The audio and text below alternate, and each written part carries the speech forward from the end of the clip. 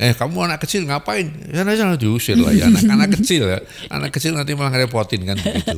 Bukan membahayakan, ngerepotin. Ya diusir ya kita kan nggak berani masuk kan. Tapi di depan gedung itu kan ada banyak pohon. Waktu itu ada pohon cemara saya ingat ya. Ya sudah saya panjat situ. Yang manjat juga bukan saya sendiri, banyak yang manjat juga. Anak kecil. Saya ikut manjat mungkin 5 orang lah di situ ya, melengkung. Tapi kan saya bisa melihat presiden dari atas pohon.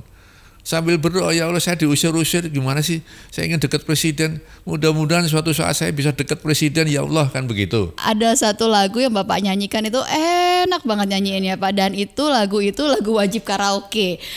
Judulnya Kau Selalu di Hatiku. Coba kita dengerin yang satu ini ya. Aja, pasti pada tahu lagu ini deh.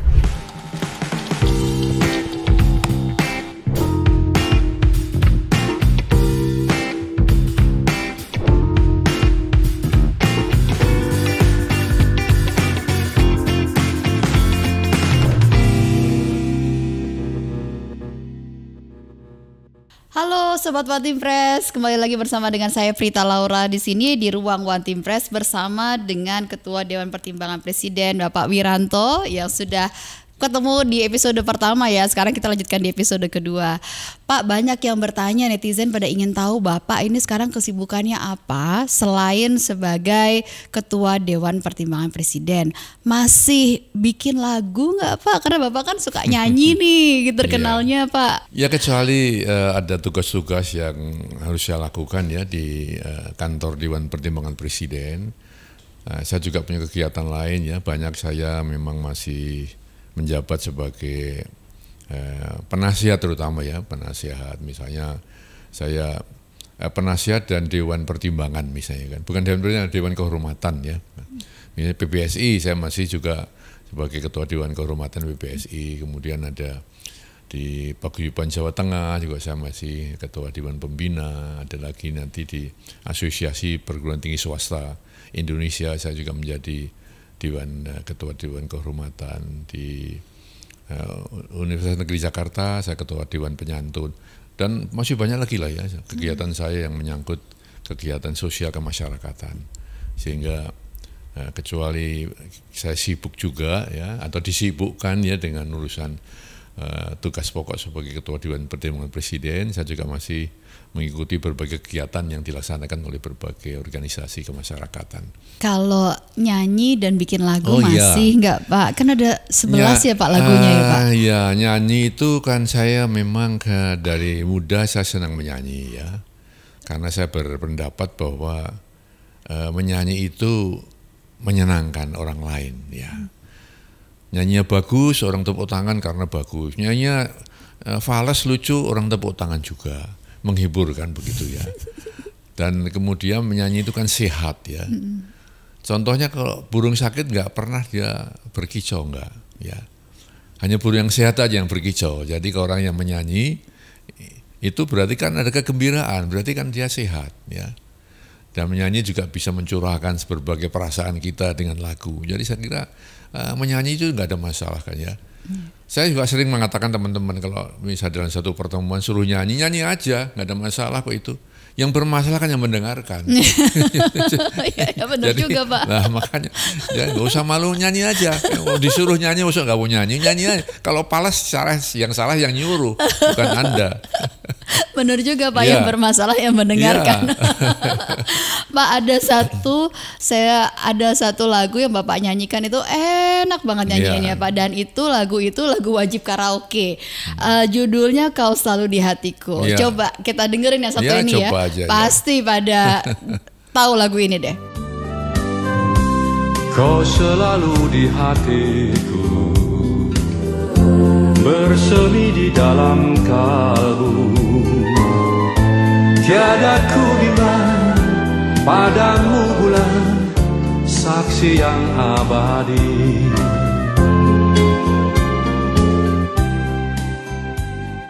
Nah, gimana? Tahu semua kan lagu ini? Kan ini lagu wajib karaoke begitu ya. Dan kita semua bernyanyikan ini dan Pak Wiranto menyanyikan, enak sekali Pak.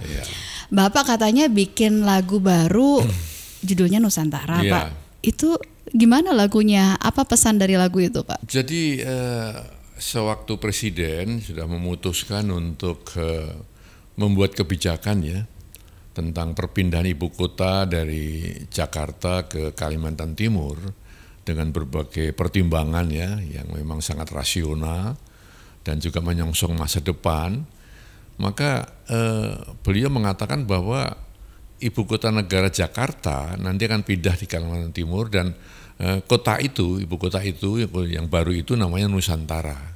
Nah, kemudian saya punya ide untuk saya menyanyikan satu atau mengubah satu lagu yang saya beri judul Nusantara.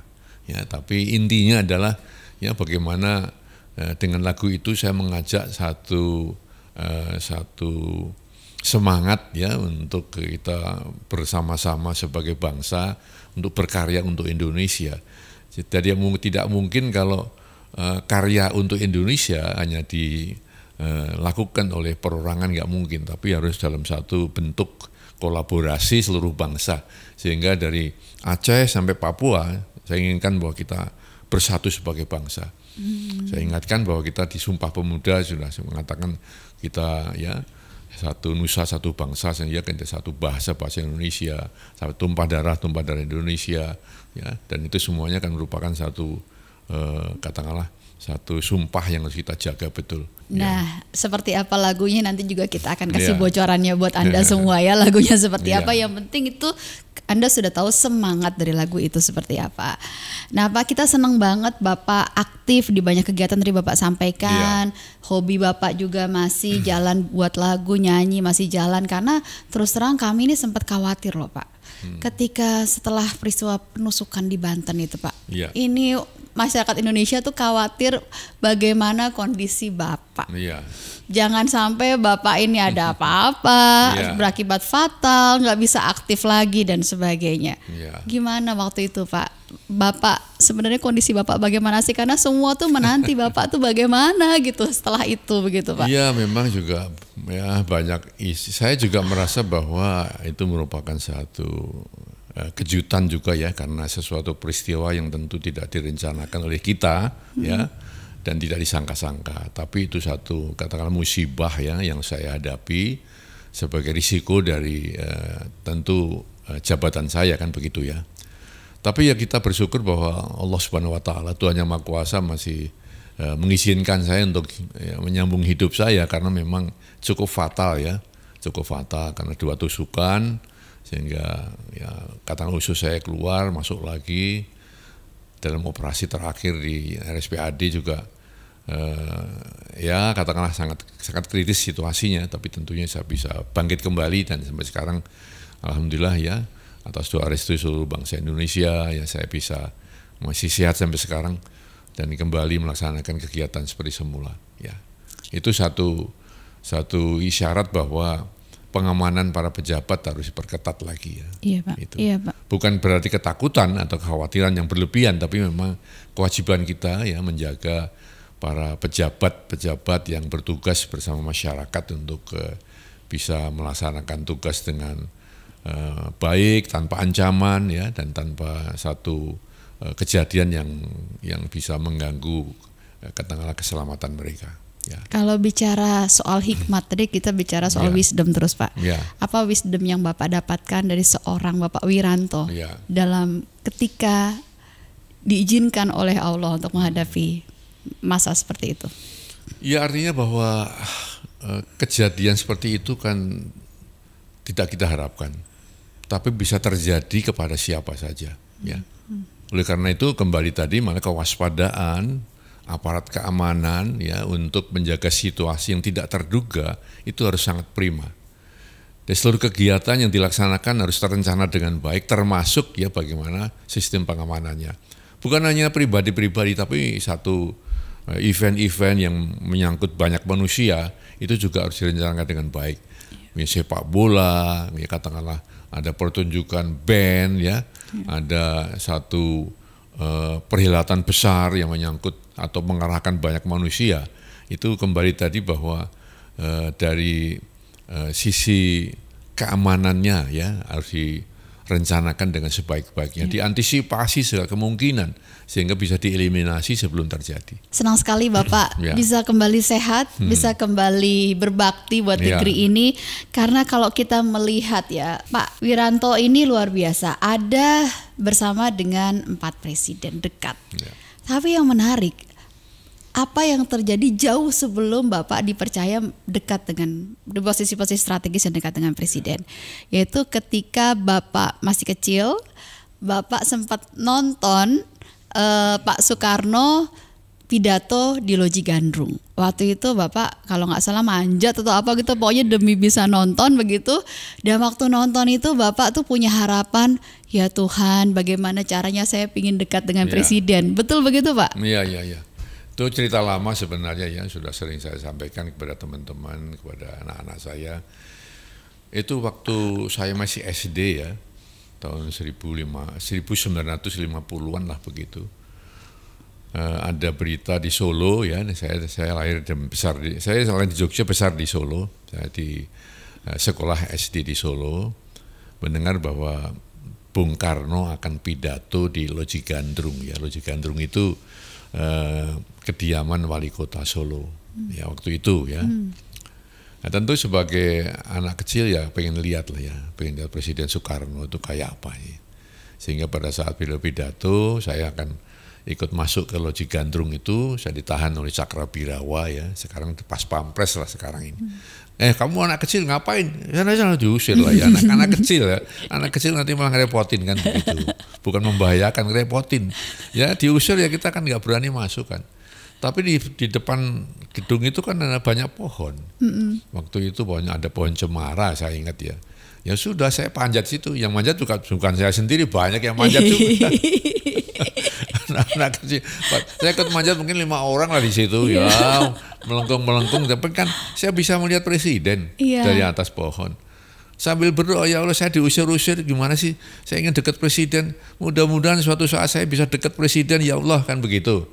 Ya itu kan ternyata, makanya saya katakan hati-hati dengan doa.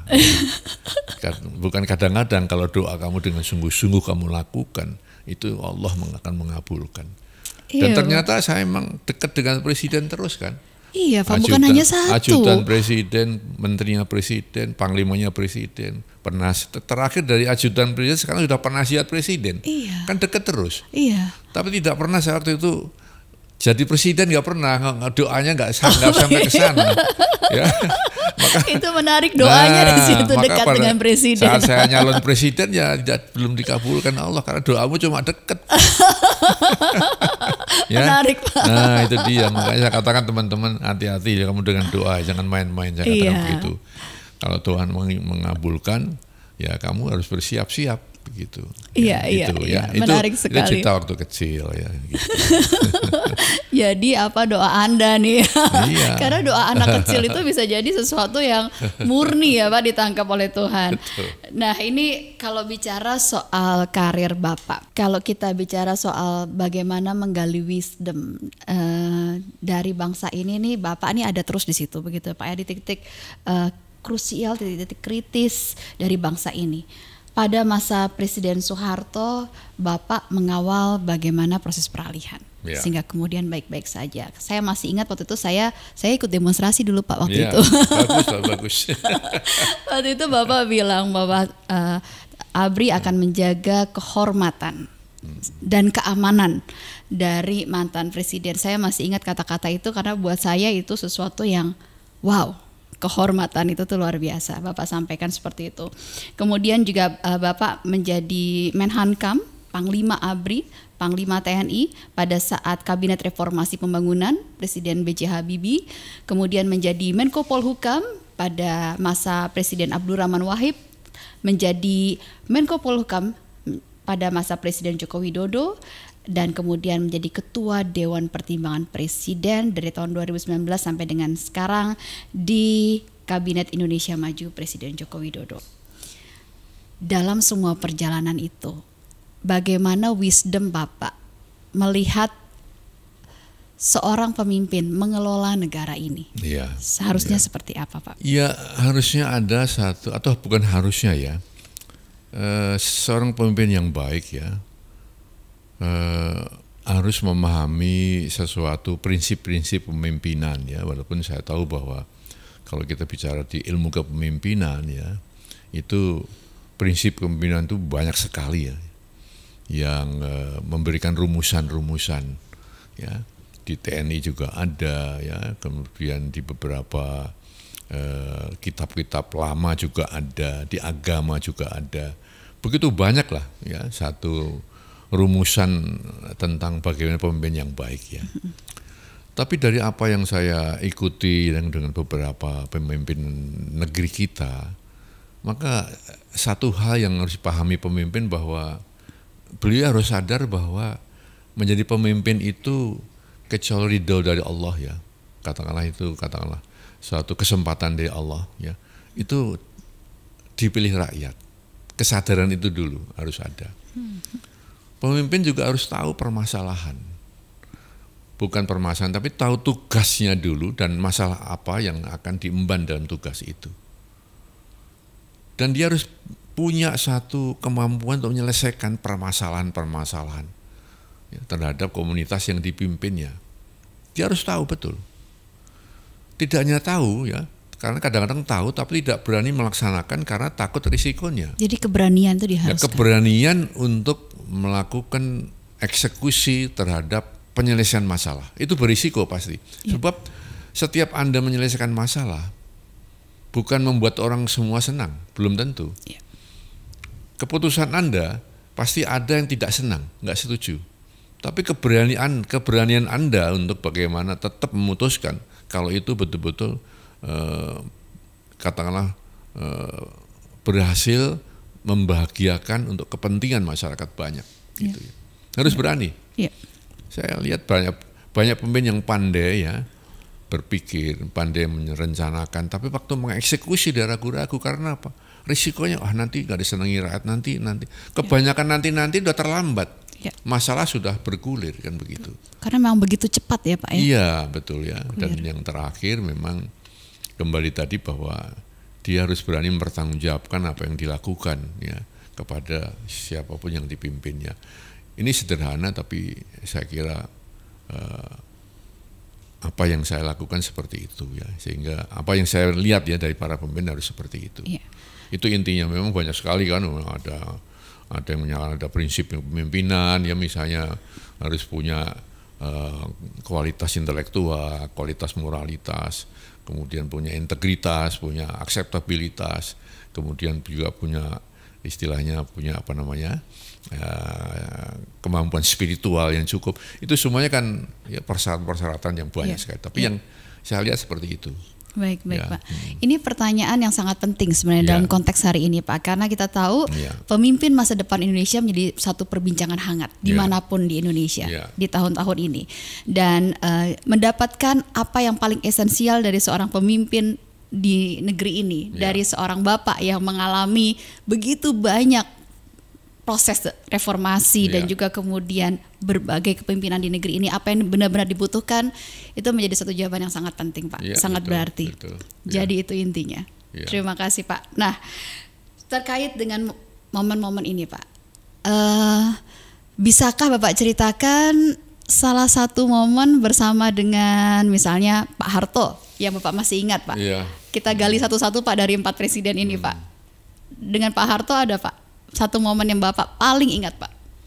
Iya banyak sekali ya saya kira, tapi momen terakhir saya kira yang paling mengesankan sebelum beliau menetapkan jabatan di tanggal 21 Mei ya 21 Mei beliau kan menetapkan jabatan.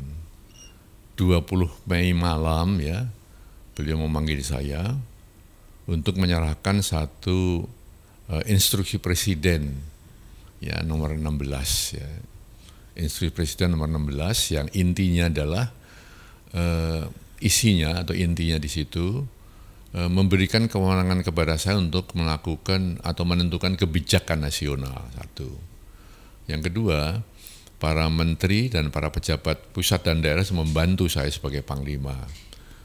Ya, kemudian saya diizinkan untuk menetralisir berbagai sumber kerusuhan dan siapapun yang membantu kerusuhan itu.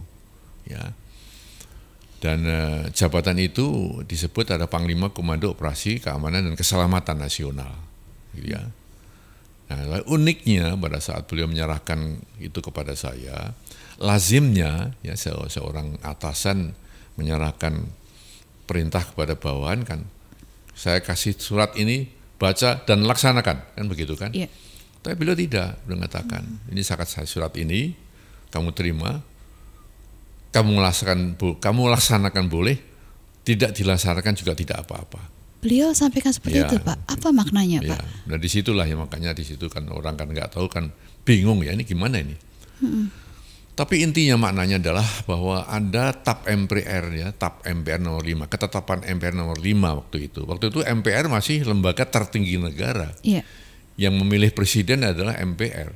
Yang memberi mandat presiden untuk melaksanakan GBHN adalah MPR. Yeah. Maka presiden adalah mandataris MPR waktu itu, kan gitu kan. Nah, oleh karena itu waktu itu MPR memutuskan dengan TAP 5 dalam keadaan yang sangat kritis dan sangat berbahaya. Presiden boleh melaksanakan tindakan khusus untuk mengatasi itu. Yeah. Dan menurut pikiran saya, beliau melaksanakan tindakan khusus dengan apa? Dengan membuat Inpres nomor 16 itu. Ini tugas saya dari TAP MPR. Tapi beliau juga ini kamu laksanakan boleh juga tidak dilaksanakan nggak apa-apa. Mengapa? Karena risikonya adalah kalau saya kemudian membuat kebijakan mengambil alih sementara negeri ini di tangan militer, ya itu kan risiko di tangan saya. Ya, saya akan mengamankan di gedung MPR dan DPR yang terpaksa harus berhadapan dengan mahasiswa, termasuk Anda waktu itu yang mungkin demonstrasi di sana, mungkin banyak yang terbunuh karena menurut staf saya pada saat saya nanyakan, kalau kita ambil alih ya kekuasaan sekarang dan kita ambil alih gedung DPR MPR, berapa kira-kira korban berapa? Staf saya mengatakan sekitar 200-250 mahasiswa meninggal, Pak. Ya. Nah, itu salah satu pertimbangan, belum pertimbangan masalah dolar yang dari 2.400 rupiah per dolar menjadi 16.000, belum ekonomi nasional yang porak-poranda. Banyak ya, pekerjaan yang dilaksanakan, tapi masih berhadapan dengan kelompok reformis. Yang belum tentu menerima militer ya, menguasai negeri ini seperti Thailand kan. Berarti apa? Berarti saya sebagai Panglima ABRI akan menghadapkan rakyat dengan tentara saya, kan begitu. Itu korban akan banyak dan berkepanjangan. Ya. Itulah mengapa Presiden Soeharto mengatakan, kamu laksanakan boleh, tidak juga tidak apa-apa. Maka tatkala malam itu, ya tanggal 20 malam di Merdeka Barat, ya di markas saya, markas Menhan Kampangap, kumpulkan staf terakhir setelah saya jelaskan seperti itu, maka waktu itu ada Letnan Jenderal Susilo Bambang Yudhoyono ya sebagai staf saya menanyakan kepada saya terakhir, bagaimana Bapak, besok Bapak ambil alih? Karena tidak, ya, kita serahkan besok kekuasaan kepada Wakil Presiden. Itulah kemudian saya minta supaya ya buatkan ya 5 sikap ABRI untuk masalah besok itu. Beliau mencatat 1 sampai 5, yang Anda sebutkan tadi itu nomor 4 sebenarnya. Ya, bunyinya adalah ya menjunjung tinggi nilai luhur budaya bangsa, maka ya, ABRI akan menjaga keselamatan setiap mantan presiden. Saya bukan Presiden Soeharto, mantan presiden dan keluarganya. Artinya apa? Kami tidak ingin negeri ini menjadi negeri barbar ya. Karena apa? Presiden yang dipilih oleh rakyat tiba-tiba di akhir jabatannya dikeroyok ramai-ramai akan dibunuh. Saya ingin supaya budaya itu kita jaga, keselamatan presiden itu. Bahkan di negeri lain, misalnya di Amerika pun mantan presiden masih disebut sebagai Mr. Presiden. Pengamanannya pun masih ya setara dengan presiden. Nah itulah ya, saya kira masa kritis itulah yang harus saya hadapi, karena disitulah berkecamuk ya dalam hati antara nafsu kekuasaan dengan nafsu kemanusiaan, kan di situ perangnya di situ. Tinggal Anda memenangkan yang mana ini. Kalau menang nafsu kekuasaannya ya ambil alih dulu, nanti urusan belakang kan begitu. Ya, saya banyak teman-teman yang tidak tahu masalah ini, dianggap saya nggak berani ngambil karena takut macam-macam. Nggak ada ketakutan saya, nggak ada, cuma pertimbangan kemanusiaan yang lebih saya dulukan ketimbang ya nafsu kekuasaan itu.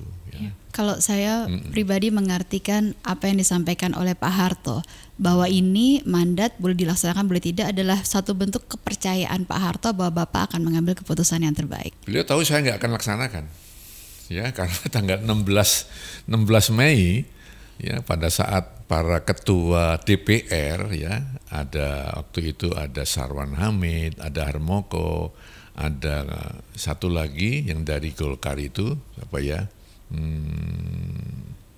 bukan Akbar Tanjung tapi masih Abdul Ghafur ya, Abdul Ghafur ya, kan desakan mahasiswa, mereka bertiga ketemu Pak Harto di Cendana mengatakan, Bapak keadaan seperti ini Bapak harus mundur, begitu loh, Bapak harus mundur. Nah waktu itu Presiden juga bagaimana? Saya mendapat mandat dari MPR, yang meminta mundur itu MPR bukan DPR, kan gitu kan, sehingga Presiden nggak mundur. Tapi untuk menghadapi demonstrasi itu, karena demonstrasi sudah berkumpul ya, berkonsolidasi, saya menghadap Presiden. Saya mengatakan Bapak Presiden bahwa dengan pernyataan mereka, Presiden tidak mundur, kami akan tetap menjaga pemerintahan ini utuh. Saya bukan menjaga Presiden, saya katakan, karena kalau menjaga Presiden berarti perorangan. Saya akan menjaga pemerintahan utuh karena apa? Presiden masih mendapatkan mandat dari MPR belum dicabut waktu itu.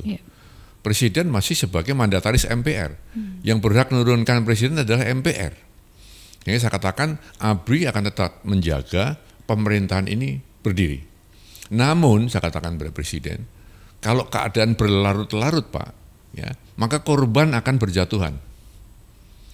Presiden mengatakan, Wiranto, saya tidak mau rakyat menjadi korban. Itu Pak Harto tanggal 16. Nah, dari situ perbincangan itu saya paham sikap beliau paham sikap saya. Maka pada saat beliau mengatakan kamu pakai boleh tidak juga nggak apa-apa, beliau sudah tahu bahwa saya nggak akan pakai itu. Tapi beliau sudah melaksanakan TAP itu. Sangat konstitusional. Dan saya juga punya pilihan untuk itu, makanya saya kemudian ketemu Pak Habibie, saya katakan Pak saya dapat surat seperti ini dan saya tidak akan laksanakan, saya akan dukung Bapak, silakan mengambil pimpinan nasional. Wow, itu pilihan seorang Wiranto pada saat itu yang itu tadi saya sampaikan bahwa Bapak ini ada di titik-titik krusial bangsa ini, karena ketika Bapak mengambil surat itu ceritanya akan jauh berbeda saat ini kita Pak. Luar biasa. Saya nggak tahu ya. Luar biasa. Pak, tadi soal Pak Harto dengan Pak B.J. Habibie, ada satu momen yang Bapak tidak akan pernah lupa? Ada satu pendapat Pak Habibie yang sampai sekarang barangkali, bukan barangkali, yang harus bisa dipahami oleh bangsa Indonesia ya. Saya ingat waktu mendampingi beliau menghadapi majalah Times ya. Majalah Times yang menanyakan pada Pak Habibie, bagaimana pendapat Anda tentang demokrasi, kan gitu.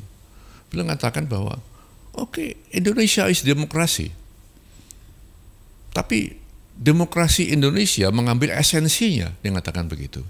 Saya tidak mau demokrasi di Indonesia samakan dengan Amerika, samakan dengan Jerman. Kalau demokrasi itu ibarat ya bahwa seseorang harus mendapatkan satu hari 1.500 kalori, yang katakan gitu kan. Maka di Amerika mungkin orang makan steak, ya kan? Di Jerman mungkin makan sosis. Di Indonesia mungkin masang tempe dan tahu. Artinya apa? Demokrasi tidak bisa dipaksakan harus sama secara universal. Demokrasi harus disesuaikan dengan kondisi masyarakat kita, kebudayaan masyarakat kita, agama kita. Nah begitulah, jadi itu yang betul-betul saya tahu, benar juga ini. Jadi kalau kita memaksakan budaya Indonesia menganut demokrasi ala Amerika, pasti nanti tidak akan cocok dan mesti banyak hambatan, tantangan, dan bahkan tidak berhasil. Baik.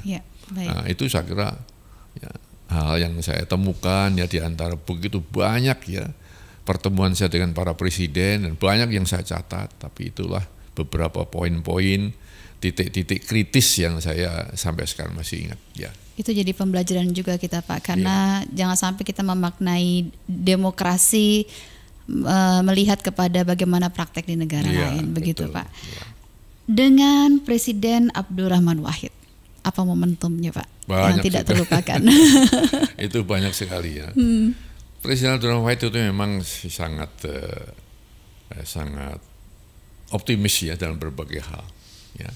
Yang kali saya katakan tadi, aja kagetan, aja gubun, aja tuma, itu beliau punya itu. Beliau nggak pernah menghadapi krisis apapun, terkejut, ya, takut, kemudian gentar, atau kemudian hilang pemikiran, kewarasannya nggak mungkin kan Presiden. Jadi dia tenang menghadapi berbagai masalah, dia tenang. Ya. Nah, istilahnya kadang-kadang menggelikan tapi bener. Gitu aja kok repot. Gitu aja kok repot. Padahal itu masalah berat. Iya. Tapi beliau ingin supaya yang berat itu jangan membuat kita kemudian gaduh, membuat kita kemudian tidak bersatu sebagai bangsa, membuat kita kehilangan pemikiran yang wise ya, yang bijak. Gitu aja kok repot.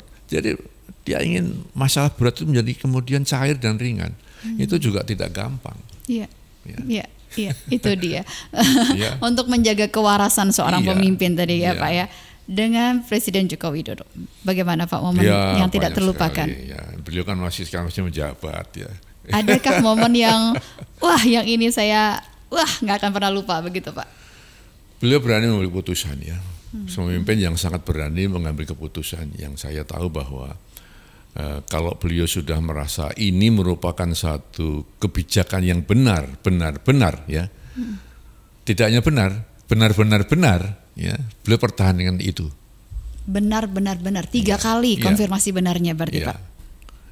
Beliau pertahankan kebenaran itu dengan segala risiko, dan itu tidak semua pemimpin punya seperti itu.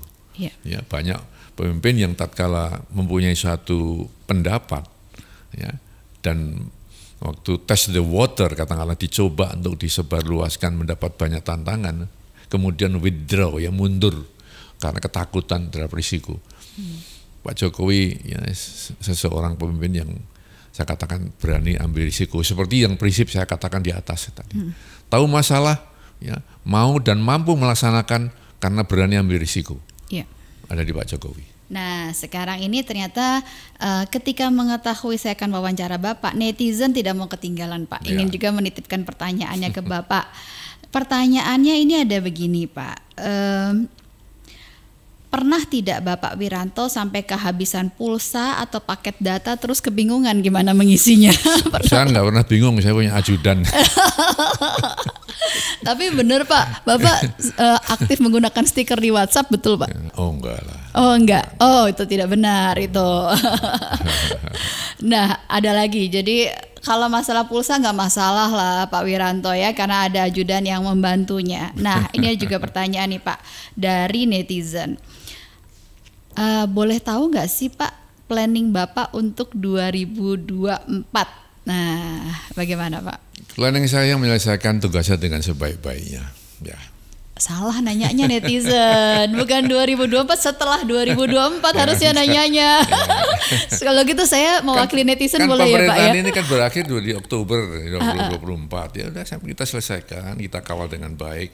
Berdoa, saya berusaha kepada Allah Subhanahu wa taala, mudah-mudahan negeri ini ya menjalankan pemilihan umum dan kemudian sebagai melaksanakan transisi pemerintahan yang baru, diselamatkan dari segala bencana, selamatkan dari segala musibah, ya, sehingga semua masyarakat kembali dapat menikmati kehidupan yang damai, yang tentram. Itu doa saya dan saya melaksanakan itu kok ya.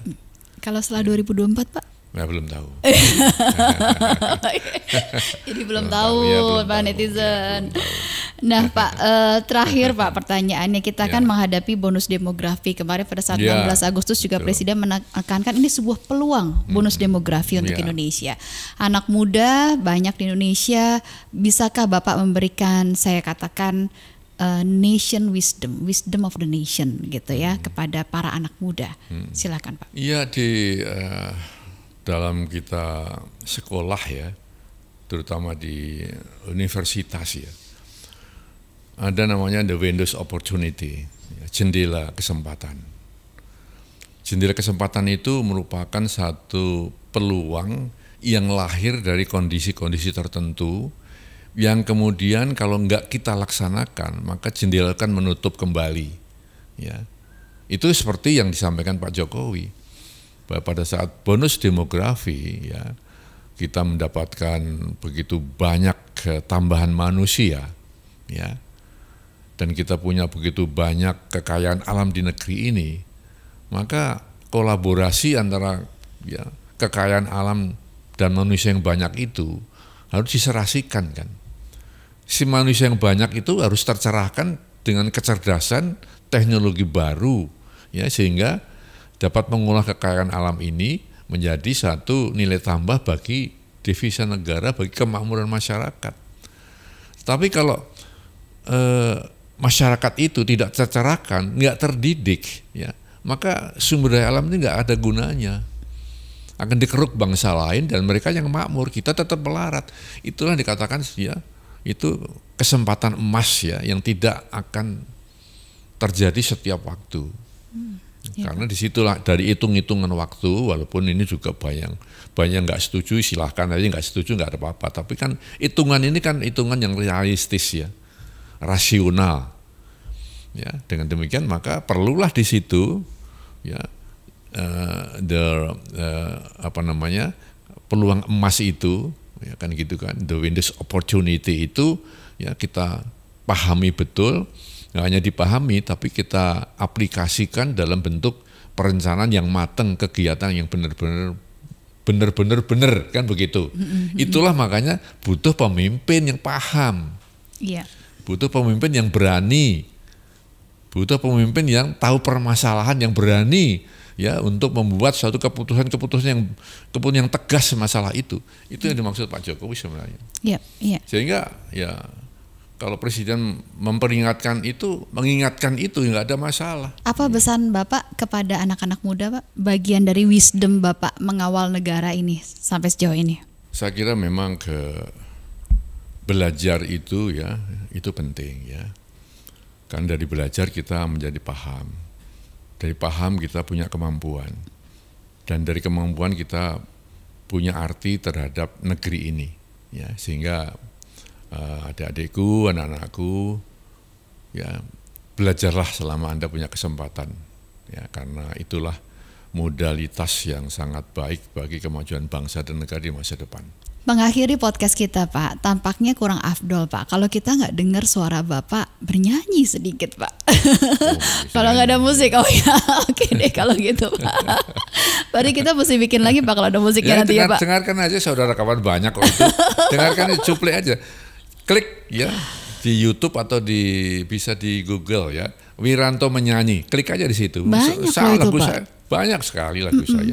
Mungkin sudah ada sekitar 17 lagu lah. Ya. 17 lagu? Ya. Wah. Iya. Terima kasih banyak Pak Wiranto sudah berbagi bersama kita. Kita dengarkan banyak sekali wisdom, banyak cerita di balik layar juga yang disampaikan oleh Bapak, dan terlebih lagi kita jadi mengetahui apa sih sebenarnya peran dari Watim-Pres begitu. Dan perannya ini sangat penting, sesuatu yang bisa dikatakan tidak dipegang oleh lembaga lain karena ini berkaitan dengan wisdom kepada Presiden. Terima kasih banyak Pak Wiranto, sehat selalu, terus berkarya buat negeri ini karena Bapak dengan semua wisdomnya sangat diperlukan untuk negeri ini. Amin ya. Amin. Terima kasih. Sampai jumpa sobat Watim-Pres. Ketemu lagi di episode berikutnya di Ruang Watim-Pres. Sampai jumpa.